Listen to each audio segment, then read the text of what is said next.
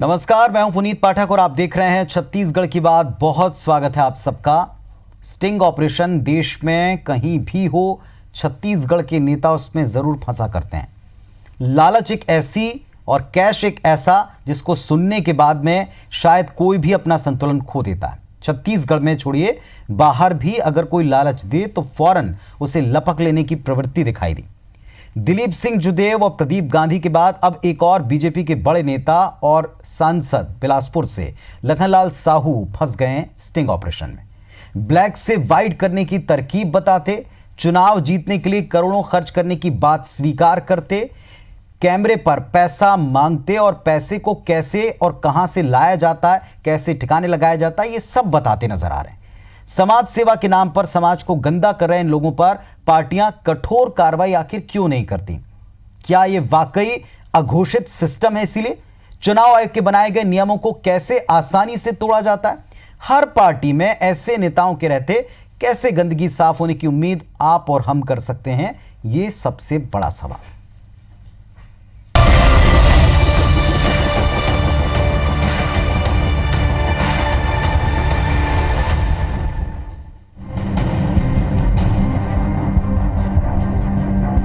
साल 2003 पैसा लेते कैमरे पर पकड़े गए जुदेव।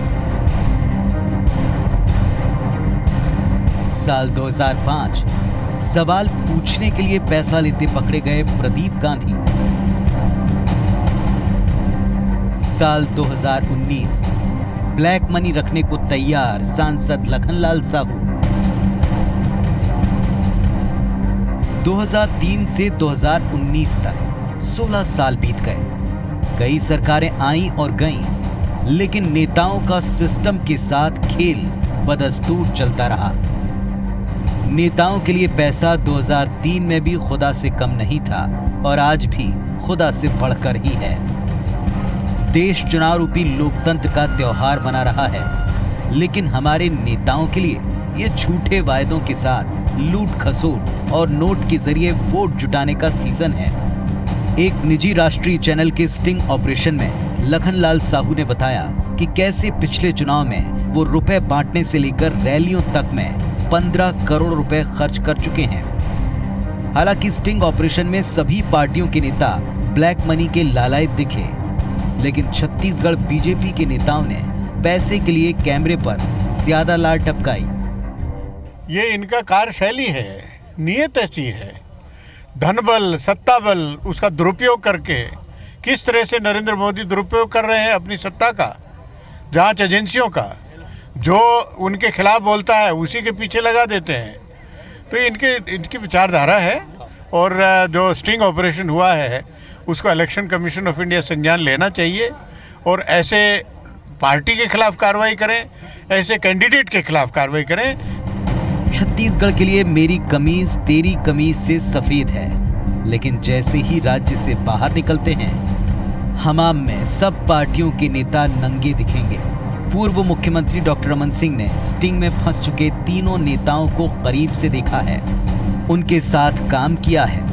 अब लखनलाल साहू वाले इस स्टिंग पर भी नोटिस और जांच की बात कह रहे हैं। जहाँ तक ये स्टिंग ऑपरेशन का सवाल है, तो पार्टी के और पार्टी के निर्देश के अनुसार हम लोग सबने कहा है कि इस विषय को लेकर लखन साहू से स्पष्टीकरण मांगा जाएगा कि क्या रहा है, किस वजह से इस प्रकार की घटनाएं हुई हैं और इसे पार्टी उसको कारण बताओ नोटिस देगी और उसका रिप्लाई आएगा, फिर उस पर हम आगे के लिए। पिछले 2 स्टिंग ने उसमें पकड़े गए नेताओं का करियर बर्बाद कर दिया। अब लखनलाल साहू का टिकट तो पहले ही कट चुका है। स्टिंग के बाद बची कुची साख भी संकट में है। Bureau report, IBC 24। तो एन चुनाव के पहले एक स्टिंग ऑपरेशन सामने आता है और फिर से तमाम नेता और एक जो लिस्ट है जिन नेताओं के ऊपर स्टिंग किया गया, सांसदों पर जिन पर स्टिंग किया गया, ये पार्टियों से, अलग अलग पार्टियों से ताल्लुकात रखते हैं। इसमें भारतीय जनता पार्टी के कई सारे सांसद तो फंसे ही, लेकिन इसके अलावा शायद ही कोई दल ऐसा हो जिसके सांसद इसमें फंसे नहीं है। केवल 3 ईमानदार सांसद भी सामने आए जिन्होंने इस तरह ब्लैक मनी लेकर चुनाव जीतने या चुनाव में उसका इस्तेमाल करने की बात को इनकार किया। इसके अलावा बाकी तमाम दल कोई भी दल हो वो इसमें लिप्त दिखाई पड़ा है। कई सारे नाम इसमें सामने आ चुके हैं। अब एक सबसे बड़ा सवाल ये कि लोकतंत्र के महापर्व में और चुनाव आयोग के कड़े निर्देश नियमों के बीच में आखिर कैसे इस बात की अनदेखी की जा सकती है?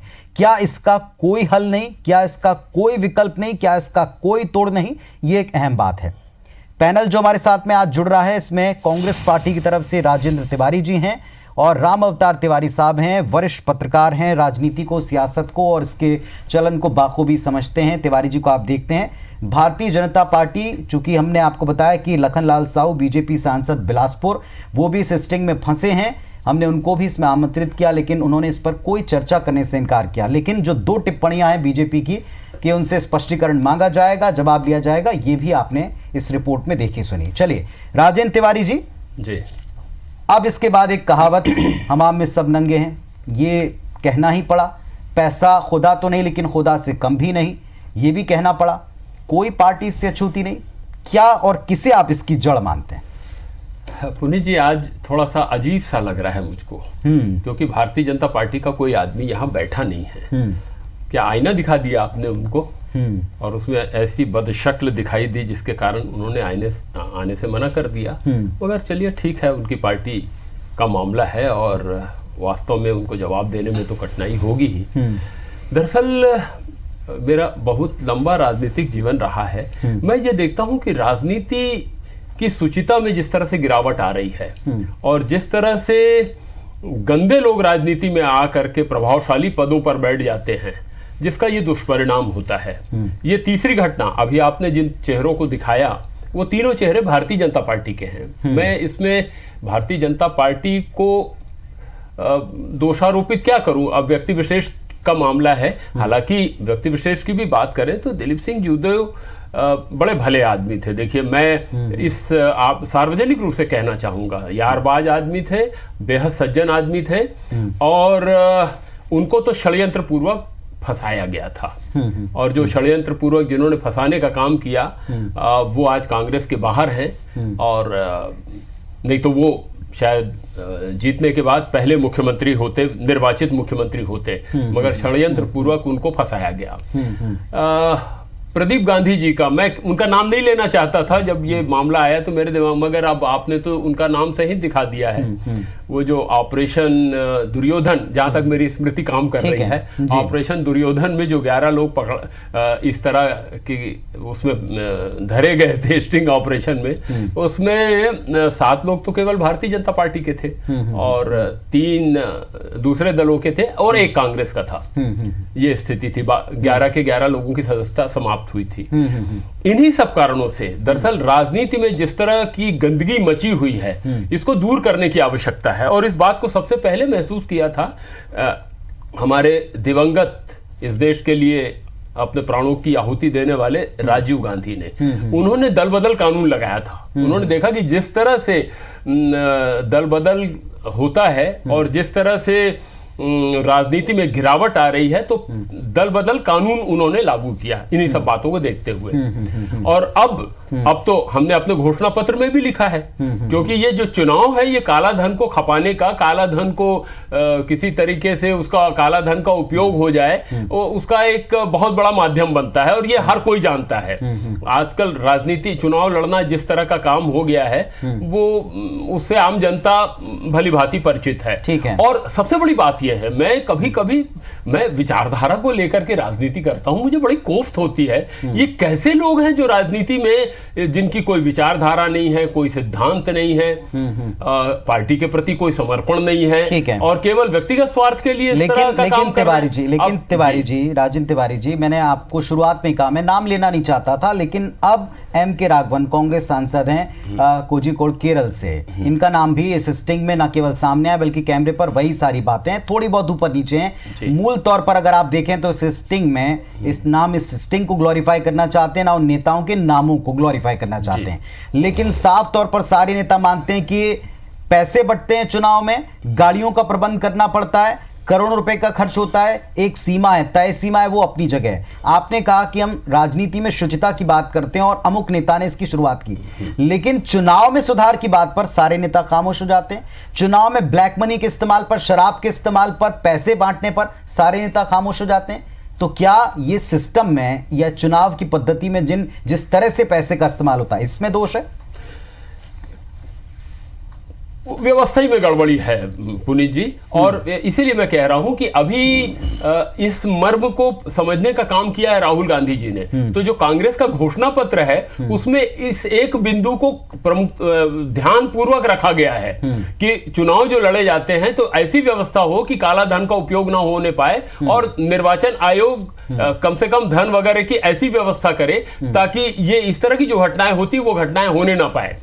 अब जिस तरह की हरकत लखनलाल जी ने किया, अभी ताजा तरीन घटना ये है, अब मैं बाकी जगह की बात क्या करूं, अब हम लोग तो यहाँ छत्तीसगढ़ के इसलिए हम भी छत्तीसगढ़ के कॉन्टेक्स्ट में ही ये बात कर रहे हैं। जी हाँ। और छत्तीसगढ़ के मामले में जब से छत्तीसगढ़ राज्य बना है, मैं आपको पृष्ठभूमि अगर बताने लग जाऊं कि 12 विधायकों का दल बदल हुआ। हमारी पार्टी के तत्कालीन मुख्यमंत्री थे जोगी जी, उन्होंने करवाया जबकि जरूरत नहीं थी। और छत्तीसगढ़ की जनता बेहद भली, बहुत सज्जन और विचारशील जनता है, और उसने बिल्कुल पसंद नहीं किया इस तरह के दल बदल को। कोई भी दल बदल करे तो पसंद नहीं करता। उसके बाद जो अंतागढ़ कांड हुआ, इसमें आपको चौथा मामला अंतागढ़ का दिखाना चाहिए था। इसमें 2 चेहरे और डालने चाहिए थे। ये ऐसा एक मामला है जिसमें चुनाव की प्रक्रिया में काले धन का इस्तेमाल, शराब का इस्तेमाल, पैसे सीधे तौर पर बांटना, जिसको हम कहते हैं कि आप कैश दे रहे हैं और वोट सीधा लेने की मंशा रखते हैं, काले धन को आप किस तरह हवाला के जरिए और अपने परिवार के सदस्यों के जरिए अंतागढ़ में तो बहुत सारी डिटेल है। अंतागढ़ में तो प्रत्याशी को ही खरीद लिया गया। ठीक बात, ऐसे बहुत सारे मतदाता को खरीदने की बात तो जाने दीजिए, लेकिन आप प्रत्याशी को ही खरीद लिया गया। लेकिन तिवारी जी, कांग्रेस के भी इसमें सांसद शामिल हैं, यानी व्यवस्था में जिसकी आपने बात की, इसमें सुधार की चर्चा एक तरफ है लेकिन करता कोई नहीं। ये शायद किसी को भी हैरत नहीं होगी। राम अवतार जी के पास में जाऊंगा। राम अवतार जी, ये सब ऐसी चीजें हैं जैसे डॉवरी, दहेज, ये उदाहरण सबसे पहले दिमाग में आता है। एक बहुत ही बुरी परंपरा रही, लेकिन ये आज भी जीवित है, इसमें किसी को इनकार नहीं। ऐसे ही यहाँ चुनाव में तमाम तरह के गलत, अनुचित या निर्देशों के विपरीत या उसके बियॉन्ड जाके काम होते हैं। ये स्टिंग तो केवल अब इसको एक बार फिर सामने ला रहा है। इसमें 2 तरीके से समझा जा सकता है। पहले हमारे लोकतांत्रिक व्यवस्था को मजबूत करने और हमारे देश को संचालन करने के लिए एक व्यवस्था बनाई गई है लोकतांत्रिक चुनाव की। इस चुनाव की जो प्रक्रिया है उसमें ही खामियों के चलते राजनीतिक दल इसका उपयोग कर रहे हैं। इसीलिए अब धीरे धीरे देखिए, धनपति, बाहुबली लोगों की संख्या बढ़ती जा रही है और अच्छे लोग धीरे धीरे राजनीतिक दलों से किनारे हो रहे हैं। ठीक, एक बात। दूसरी बात, इस जो ऑपरेशन से ये बात जो कहीं सुनी जाती है या देखी जाती है, वो सब बातें पूरी तरह एक सामने आया, जो एक अच्छा चैनल को बधाई दिया जा सकता है जो सब चीज सामने लाया। और आप देखिए कि बिलासपुर जैसा क्षेत्र, जहां पर छत्तीसगढ़ जैसा पिछड़ा क्षेत्र और बिलासपुर जैसा क्षेत्र, वहां पर 15 करोड़ रुपया खर्च होना, ये आखिर पैसा आया कहां से आया? वो कोई उद्योगपति दिया, अधिकारी दिया? तो काले धन का सर्वाधिक उपयोग, जो राजनीतिक दल लोग काले धन का हल्ला ज्यादा मचा रहे हैं, अवैध पैसे का, अवैध लोगों को प्रोत्साहन कैसे मिल रहा है? देखिए, पूरी समाज की जो व्यवस्थाएं टूट रही है, जो अच्छे लोग दरकिनार हो रहे हैं और बदमाश किस्म के लोग, धन पशु किस्म के लोग धीरे धीरे राजनीतिक दलों में, समाज में इसीलिए प्रभावशाली होते जा रहे हैं। तो सबसे ज्यादा इस पर जो नुकसान हो रहा है वो सज्जन और आम आदमी का हो रहा है।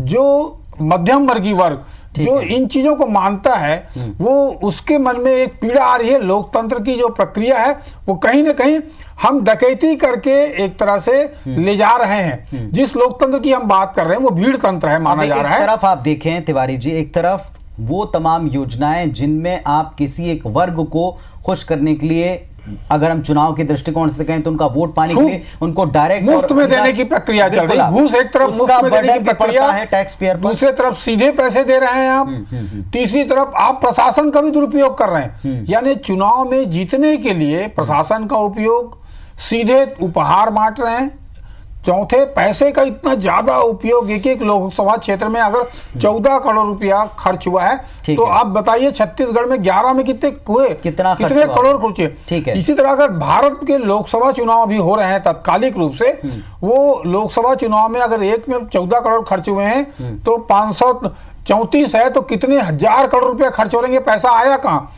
ऐसे में जो उद्योगपति हैं वो हावी होते हैं, जो पैसे वाले हैं वो हावी होते हैं, और राजनीतिक दल चुनाव जीतने के बाद मजबूरी होती है ऐसे लोगों के काम करने की। सांसद बिलासपुर से लखनलाल साहू एक स्टिंग ऑपरेशन में फंस गए। एक निजी राष्ट्रीय चैनल ने एक स्टिंग ऑपरेशन किया। इसमें तमाम दलों के सांसदों से ब्लैक मनी को चुनाव के दरमियान इस्तेमाल करने की बात पेशकश के तौर पर की गई। फिर उनसे पूछा कि कितना पैसा खर्च होता है, तो हम आपको बता दें 15 करोड़ का खर्च लखनलाल साहू ने बिलासपुर में बताया, और यह भी बताया कि 8 करोड़ पिछली बार खर्च किया था। कैसे पैसे ले जाते हैं? स्टिंग ऑपरेशन के बाद कई सारे इंपॉर्टेंट सवाल हैं जिस पर राजेंद्र तिवारी जी और राम अवतार तिवारी जी हमारे साथ में हैं। राजेंद्र तिवारी जी, सबसे इंपॉर्टेंट बात ये, चुनाव में सुधार की बात सबने की, जैसे आपने अपने यहाँ का एग्जाम्पल दिया, याद आता है शिवराज सिंह चौहान जो मध्य प्रदेश के मुख्यमंत्री थे, उन्होंने भी कभी चुनाव सुधार की बात की थी, लेकिन दुर्भाग्य देखिए उनकी पार्टी के सर्वाधिक सांसद इस स्टिंग में फंसे हैं। कभी दूर हो पाएगा? कोई उम्मीद करे आम जनता, हम आपसे उम्मीद करें, किसी और से उम्मीद करें? सुशासन की बात करते हैं राजनीतिक दल। ये यहाँ राजेंद्र जी हो गया, राजेंद्र दो जी तिवारी बैठे हैं। जी जी, राजेंद्र जी से हाँ, सवाल। थोड़ा देखिए, असल बात यह है कि आपने बिल्कुल ठीक कहा कि राजनीतिक दल इस तरह की बात करते हैं, मगर हमारी कोशिश है और ईमानदार कोशिश है कि हम निष्ठापूर्वक अपने दायित्व का निर्वहन करते हुए उस वायदे को पूरा करने की दिशा में प्रयास करें। मैं अभी तिवारी जी ने, राम अवतार जी ने एक बात कही कि अच्छे लोग राजनीति में आते नहीं हैं, ये सब देखते हैं। यहां पर मेरा थोड़ा सा मतभेद होता है। होता यह है कि जब अच्छे लोग इन सब कारणों से नहीं आते हैं तो वो वैक्यूम क्रिएट होता है, वो स्थान खाली होता है, और उसमें इस तरह के तत्व बैठने के लिए आतुर रहते हैं। मेरा तो ये मानना है और मेरी तो सभी लोगों से ये गुजारिश है कि अच्छे लोगों को राजनीति में जरूर आना चाहिए। पर वो 15 करोड़ कहाँ से लाएंगे तिवारी जी? नहीं 15 करोड़ कैसे लाएंगे, मैं कहाँ आपको से लाएंगे? और राज्यसभा सीट तो पहुंचेंगे? 50-50 करोड़ में बिकते हैं, धनपतियों का अड्डा हो गया है। मेरी आप, हाँ ठीक है, आप दोनों के प्रश्नों का मैं बारी बारी से जवाब देता हूं। इन्होंने राज्यसभा के लिए 50 करोड़ कहा। छाया वर्मा के पास तो 50 रुपया नहीं था बेचारी के पास, जिसको हमने अपना राज्यसभा सदस्य बनाया। देखिए, असल बात यह है कि राजनीतिक पार्टी किस विचारधारा की है, उसके पास कैसी क्या स्थिति है। अभी लखनलाल जी साहू का आपने प्रकरण बताया, वो मैंने अखबार में जो पढ़ा कि 1 करोड़ से ज्यादा तो नेता की रैली निकालने में लग जाता है, 15 करोड़ रुपए खर्च होते हैं चुनाव में। काला धन की व्यवस्था मेरा बेटा करता है, काला धन मैं अपने हाथ से ला करके तिजोरी में रखता हूं और मैं खुद अपनी गाड़ी में रखता हूं, क्योंकि मेरी गाड़ी को कौन पकड़ेगा। ये उस समय की बात कर रहे हैं जब यहां पर भारतीय जनता पार्टी की सरकार थी। इफरात पैसा था इनके पास, और आज भी है। इतना ज्यादा पैसा है कि पानी की तरह पैसा। पिछले विधानसभा के चुनाव में पुनीत जी, मुझको प्रदेश कांग्रेस कमेटी के अध्यक्ष जी ने कुछ जिम्मेदारी सौंपी थी, और हालत यह थी कि पार्टी के पास पैसे ही नहीं। राहुल जी की रैली हुई, मैं एक उदाहरण देना चाहूंगा। हम लोग चिंता कर रहे थे कि बस्तर में पहली रैली हो रही है और कैसा करेंगे, क्योंकि ढो करके ला सके, व्यवस्था कर सके, ये इस तरह की स्थिति नहीं थी कांग्रेस की। ठीक है, मगर केवल राहुल जी का नाम सुन करके जिस तरह की भीड़ इकट्ठी हुई, तो हम लोगों के मन में उस दिन बड़ा उत्साह आया। और अभी विधानसभा के चुनाव में तो हम लोग के पास पैसा ही नहीं था। शराब वराब तो बहुत बड़ी चीज है, शराब पर तो एकाधिकार इन लोगों का था। तो और ऐसे ऐसे लोगों को हमने टिकट दिया जिनकी आर्थिक स्थिति बहुत ही खराब थी, और हराया किसको उन्होंने। अब शकुंतला साहू का नाम याद करता हूं, 47,000 वोट से उसने गौरीशंकर जी अग्रवाल को हराया। वो बेचारी साधारण गृहिणी। ठीक बात, मेरा ये मतलब है कि जनता ये देखती है, और और इस बार तो जनता ने छत्तीसगढ़ के चुनाव में ये सिद्ध कर दिया। लेकिन क्या आप इस बात से इनकार जनबल करोगे? आवश्यक है लेकिन धनबल क्या की तुलना आप- में। क्या आप इनकार करोगे इस बात से कि बड़े नेता तो दोनों तरफ आते हैं, स्टार प्रचारक दोनों तरफ आते हैं, रैलियां दोनों तरफ होती हैं, वाहनों की जरूरत दोनों तरफ होती है, और नेताओं की रसूख दिखाकर अपनी गाड़ियों को निकलवाने के किस्से दोनों तरफ आते हैं। उस पर मैं नहीं जाना चाहता। सुधरेगा कौन, सुधारेगा कौन, किससे उम्मीद करें? रामावतार तिवारी, जब आपकी बारी, आप बताएं देखिए, इसमें कहीं बहुत सुधार की गुंजाइश? पुनीत जी, आपने बहुत सही सवाल उठाया। जो जड़ है और जो बीमारी है, बीमारी ये है कि अब इसके लिए चुनाव आयोग को बहुत सख्ती से कदम उठाना चाहिए। जो सेशन के समय था, एक बात शुरुआत हुई। दूसरा, चुनाव की व्यवस्था को बदलना पड़ेगा। चुनाव की व्यवस्था में ये बदलना पड़ेगा, कोई भी राजनीतिक दल की पार्टी बस खर्च कर सकते हैं, उसके प्रत्याशी खर्च नहीं करेंगे, और पूरी चुनाव की प्रक्रिया को अपने हैंडओवर ले चुनाव आयोग तभी हो सकते हैं। अगर राजनीतिक दलों को चुनाव लड़ने कहा जाएगा तो रैलियों में करोड़ों रुपया खर्च होते हैं। कोई चेक से पैसा देता है क्या?